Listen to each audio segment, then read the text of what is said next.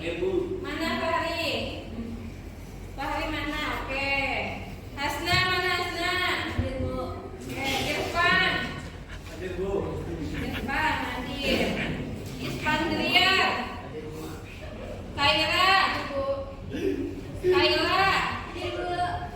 Muhammad Rifaldi. Muhammad El Fatih. Muhammad El Rafi Ejrafli. Muhammad Fasya. Muhammad Rifka. Nadia. Nanda. Nuno. Putri. Raisa. Rizky. Sajia. Dispen. Oke. Sukma. Tiffany. Wahyu. Oke, ya. Jadi yang dispen itu ada 4 orang ya. Gitu. Dari jumlah 36 jadi ada 32 ya. Yang dispennya itu ada 4 orang. Gimana nih untuk hari ini? Masih bersemangat? Oke, masih bersemangat ya.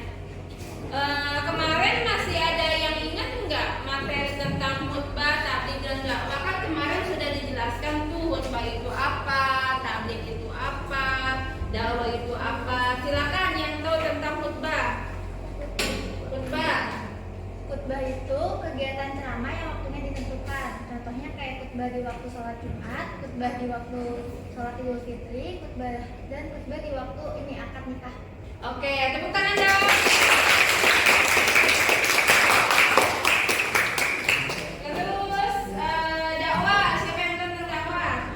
Dakwah yaitu adalah kegiatan yang mengajak orang lain untuk lebih memahami tentang kebenaran agama Islam dan mengamalkannya. Contohnya kayak misalnya kita menyantuni anak yatim, menyantuni orang yang kurang mampu, dan memberikan pekerjaan kepada orang lain.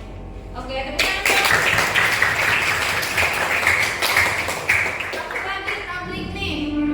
Oke. Kalau dari kemarin sih tabligh itu kayak kita tuh menyampaikan potongan dari ayat Al-Quran atau dari hadis itu Ibu. Jadi kayak misalnya nih contohnya ada orang yang lagi pacaran nih. Nah kita tuh menyampaikan potongan Al-Quran yang basic bagaimana larangan untuk menjauhi larangan untuk mendekati zina Ibu. Oke, terima kasih Pak.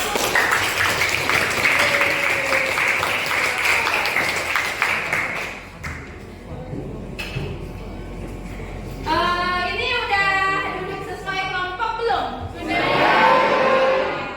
Kegiatan untuk hari ini ya, jadi kegiatan kelompok seperti sudah. Nah ini nanti untuk tujuan pembelajaran gitu, kalian tuh mampu menganalisis gitu ya kan, bisa dibaca tujuan pembelajarannya seperti apa. Nanti berarti kegiatan yang ketiganya itu berarti mempraktekkan ya. Sekarang itu menganalisis. Kelompok 6 ini udah ada kelompok 6. Kelompok berapa lagi? Kelompok mana? Oke, nanti ya kelompok 2. Kelompok 3. Ada Bu. Oke, 4. Ada Bu. Oke, rapi ya, meja, kursi, tempat duduk udah rapi semuanya. Coba buka WA-nya, saya udah nge-share di grup WA kelompok ya. Di grup WA kita, grup WA kelas 11 PAI 3, grup PAI 11 PAI 3. Di sana udah ada kan? Ada Bu. Oke, bisa dilihat? Oke, soalnya di situ ada kurang lebih seperti ini soalnya ya. Ada nomor 1, coba ya di sini ada kasus kegiatan sehari-hari gitu ya. Tugas kelompok soal nomor 1, kemudian ada nomor 2, kemudian soal nomor 3. Saya juga sudah share ya di grup kelompok PAI kelas 11 TI 1 ya. Coba dikerjakan, dijawab. Setelah dijawab kalian mempresentasikan. Silakan kerja sekarang. Dikerjakan.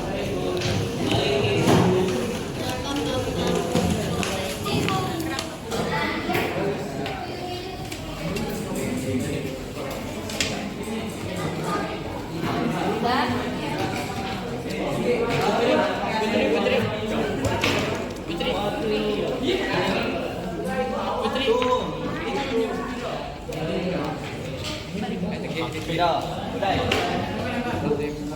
Ini takut kena ini tangan baju, maaf. Apa? Oh boleh, bagus. Ya orang soalnya sih.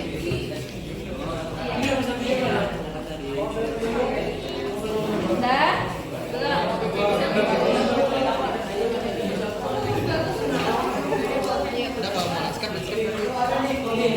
Itu udah, kelompok itu. Kelompok berapa itu udah? Belum. Udah. Kasus tentang dalam menyampaikan pesan tadi komunitas baru. Jawaban 1 Ahmad bisa menyebarkan pesan tablik dengan cepat, sensitif dan komunitas baru dengan membangun hubungan personal, mulai dengan berkenalan dan menjalani. Oke, sudah. Cut. Oke, di sini kita akan lanjut ke nomor 2 yang dimana nomor 2 akan dibacakan oleh saudari. Silakan. Untuk nomor 2, pertanyaannya, Ahmad bisa menyebarkan pesan tablik dengan cara yang sensitif dan membangun komunitas baru dengan cara memahami budaya dan latar belakang komunitas. Sebelum memulai tablik, Ahmad harus terlebih dahulu memahami budaya, kebiasaan dan latar belakang masyarakat setempat. Ini akan membantunya menyampaikan pesan dengan cara yang sesuai dan tidak menyinggung nilai-nilai agama. Assalamualaikum warahmatullahi wabarakatuh. Selamat siang Ibu dan teman-teman semuanya. Kami dari kelompok 3 izin memaparkan hasil diskusi kami. Sebelumnya perkenalkan, saya Zazia Lindrita beserta rekan saya Nadia Tasya Putra. Saya Irfan Alfasya. Saya Faris Putra. Saya Fahmi. Saya Muhammad Iqbal. Ibu dan teman-teman semuanya, di sini sudah ada jawaban dari kasus 1 sampai kasus 3. Untuk kasus 1 itu akan dijelaskan oleh Nadia. Untuk kasus 1, di era milenial dan digital ini, beberapa sarana dan metode dalam dakwah agar lebih efektif disampaikan kepada khalayak dan yang tidak menimbulkan ketidaknyamanan. Yang pertama, lakukan studi banding dari banyak sumber. Yang kedua, hati-hati dengan kepentingan kelompok atau golongan. Oke, siap. Sudah semua ya, maju ke depan dari kelompok 1 sampai kelompok 6. Sok, siapa yang mau mengomentari kelompok mana dulu ya, atau mana dulu? Cum. Oke, ngomong yang mengomentari kelompok berapa? Kita dari kelompok 1 Berdiri, Neng. Kita dari kelompok 1 ingin mengomentari hasil diskusi kelompok 6. Oke. Kelompok 6 hasil diskusinya bagus, terus hasil kartonnya juga lucu, hiasannya bagus-bagus. Jadi menurut saya hasil diskusinya keren. Oke, tangan. Siapa lagi? Selanjutnya mengomentari kelompok berapa? Kelompok 3. Oke, berdiri. Dari kelompok berapa? Dari kelompok 4, komentar positifnya untuk hiasan sudah bagus, sama lucu, berwarna. Tapi negatifnya fontnya agak kekecilan nih. Oke, itu aja. Oke, tepuk tangan dong. Terus dari baru ini kelompok berapa tadi? 1 yang berkomentar. Kemudian kelompok 4. Terus ini kelompok 2 berkomentar. Silakan. Izin untuk memberi pendapat ataupun komentar kami dari kelompok 2 untuk kelompok 1. Presentasi dari kelompok 1 cukup baik sekali karena kita dapat memahami apa yang dipresentasikan oleh kelompok 1 karena penjelasan dari kelompok 1. Oke, banyak tingkat dah, langsung. Jangan banyak bisa di komentarnya. Waktu masalahnya sekarang mau berapa Neng? Mau komentar kelompok? Sedikit aja, langsung. Sok, mulai. Silakan. Selanjutnya. Izin dari kelompok 5 mengomentari hasil dari kelompok 4. Untuk kartunya bagus, lucu, dan moderatornya juga keren. Bagus, penyampaiannya mudah dipahami. Oke, tangan. Terus selanjutnya Aku di sini mau mengomentari kelompok 2. Untuk segi penyampaiannya bagus, mudah dipahami, terus kartonnya bagus dan interaktif juga sih. Oke. Terima kasih. Oke, tepuk tangan dong. Kelompok ini yang belumnya, silakan. Kita dari kelompok 6 mau ngomentarin kelompok 5. Komentar dari kami itu cukup bagus dan lucu. Dan kartonnya juga menarik dilihat. Cara penyampaiannya juga menarik. Terima kasih. Tepuk tangan dong. Tadi teman-teman sudah ke depan semua ya, gitu ya. Jadi khutbah tabligh dan dakwah itu ya suatu ajakan gitu ya untuk sama-sama berbuat baik gitu ya. Tapi kan mengajaknya juga kita harus melihat dulu ya situasi yang tadi saya jelaskan itu kan problem gitu ya di masyarakat, ada situasinya seperti apa, nanti menjelaskannya dengan cara bagaimana supaya dapat diterima oleh masyarakat semuanya atau oleh orang-orang yang di sekeliling kita gitu. Intinya kita tetap harus bersemangat untuk berdakwah gitu ya, kepada selain berdakwah bisa juga dengan cara tabligh atau misalkan dengan cara berkhutbah gitu ya untuk menyebarkan agama Islam gitu ya, terutama untuk diri kita sendiri sebagai pengingat dahsyat. Oke, di sesi penutupan jadi yaitu untuk nanti ada beberapa sesi lagi ya, ini sudah selesai semua, nanti ada evaluasi ya. Jadi khutbah dakwah dan tabligh itu sebuah ajakan yang harus kita aplikasikan dalam kehidupan sehari-hari ya gitu, untuk diri kita atau untuk orang lain sehingga diri kita itu bermanfaat gitu ya. Terus ada nggak sih pertanyaan dari kalian mengenai materi ini tentang khutbah dakwah dan tabligh? Siapa? Oke, Putri.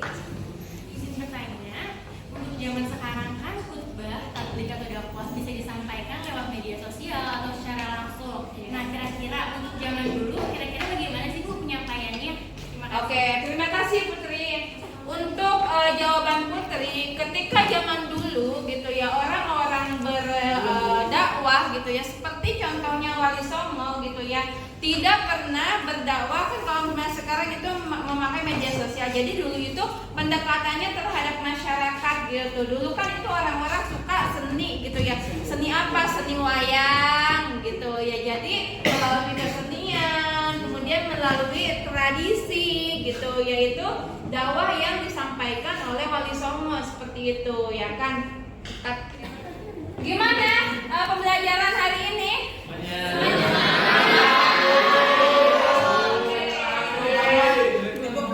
Materinya bisa dipahami nggak? Bisa.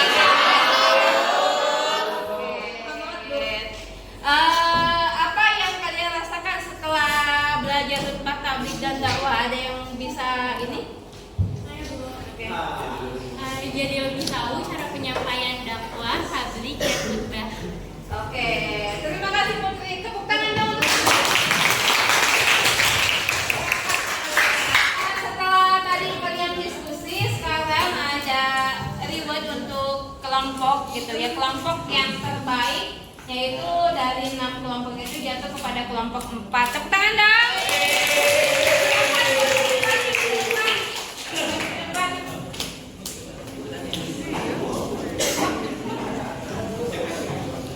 Berjejer di depan untuk melakukan dikasih reward dari saya.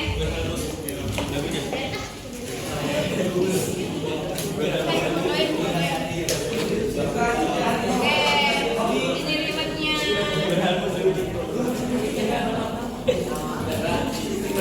Oke, gini dong. Selamat untuk kelompok 4. Oke, silakan yang sudah mengerjakan evaluasi. Ya. Ayo silakan kumpulkan tes evaluasinya. Udah aja. Terakhir gitu ya kan, tadi kalian sudah mengerjakan tes evaluasi dari saya ya. Nah, sudah dikumpulkan juga itu evaluasinya. Untuk pertemuan selanjutnya yaitu memahami jejak ulama Indonesia yang mendunia gitu ya kan. Nanti kita belajar tentang sejarah gitu ya. Sebelum kita pulang KM mohon untuk kita sama-sama berdoa. Sebelum pulang, langkah baik kita berdoa dimulai.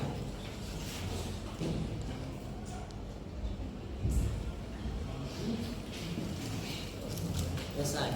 Beri salam. Waalaikumsalam warahmatullahi wabarakatuh. Tetap semangat. Tetap semangat. Kemudian jaga kesehatan kalian. Terus hati-hati di jalan yang pulangnya. Jangan lupa